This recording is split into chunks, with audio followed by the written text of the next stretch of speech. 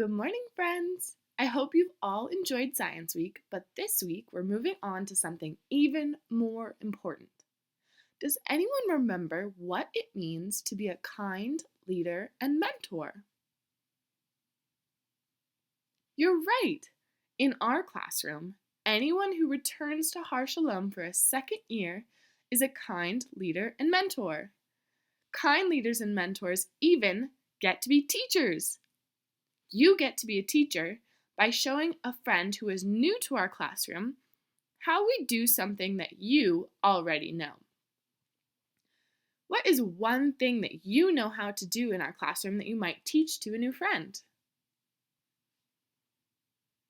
Very good. It could be a lesson that you've mastered, how to wash your hands for snack, how to solve a conflict with the peace rose. You get to take all that knowledge that you learned this year and pass it on to new friends. How exciting is that? While it's important that friends who are new to our classroom learn things like lessons and rules, it is even more important that you teach them how we be kind to each other at Har Shalom. Did you know that everyone has an imaginary bucket over their head? When something kind or happy happens to you, a drop goes in your bucket. If lots and lots of kind things happen to you, you'll have a full bucket that day, and you'll probably feel happy. But sometimes unkind things happen to you too, and when that happens, a drop spills out of your bucket. When your bucket is empty, you might feel a little grumpy. That's what today's story is about.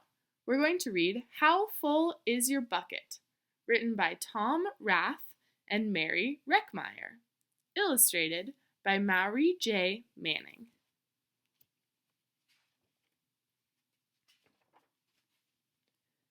Felix was putting one of the last blocks on his tower when his little sister came in. "I want to build with you," she said. Felix scowled. "Go away, you're too little."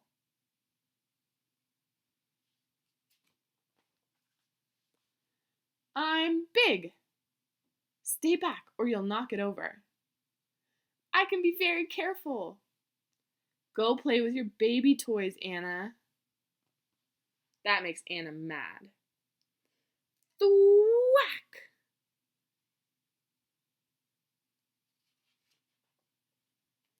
"Grandpa!"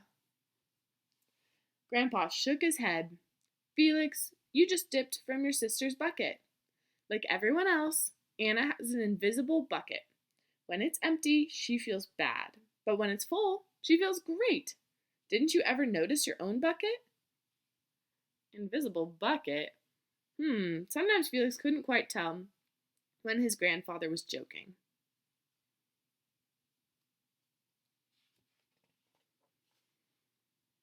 But the next morning, when Felix woke up, there it was, a small gray bucket floating above his head.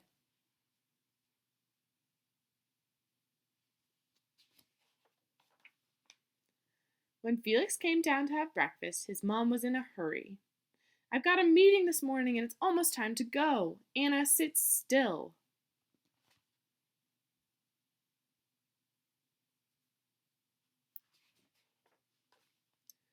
Felix slipped and cocoa wheats scattered across the floor. "Felix," yelled his mom, "you should have used the stool to reach that."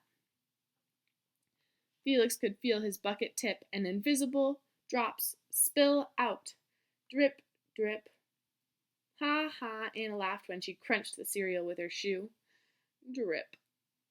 "Get the broom and clean that up before you miss the bus," scolded Mom.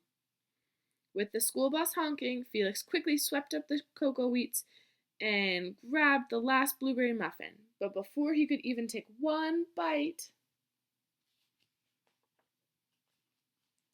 Buster jumped up and grabbed the muffin from his hand.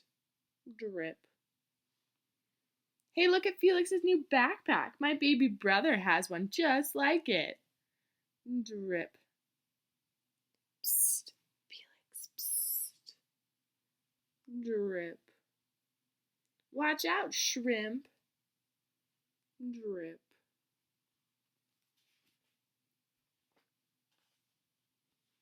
It was still morning, and Felix's bucket felt almost empty.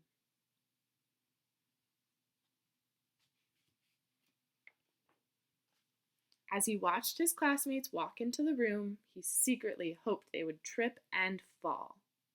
That's what it feels like when you have an empty bucket.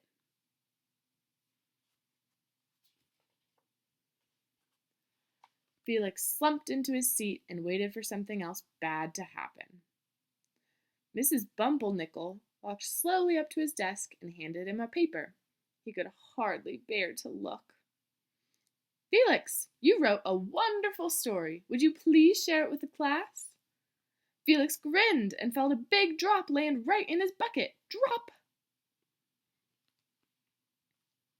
The class grew quiet. They laughed at all the right places and oohed at the scary parts.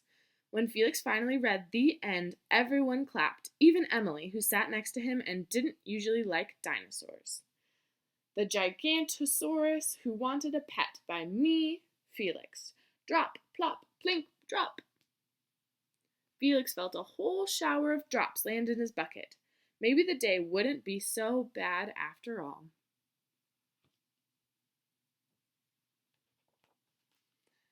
Drop. Team captains today are Veronica and Felix. Drop. Nice cow. It's a dog. Well, nice colors there, Felix. Drop. Cool laser ant backpack, Felix. Drop.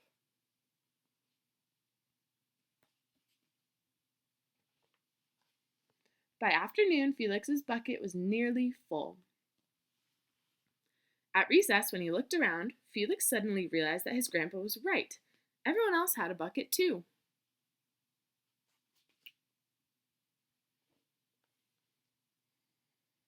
Let me help you. Drop, drop. Here's your baseball. Catch. Thanks, dude. Drop, drop. Hi, I'm Felix. First day? Yes, I'm Amir. Drop, drop. The strange thing was that for every drop he helped put in someone else's bucket, he felt another drop in his own bucket.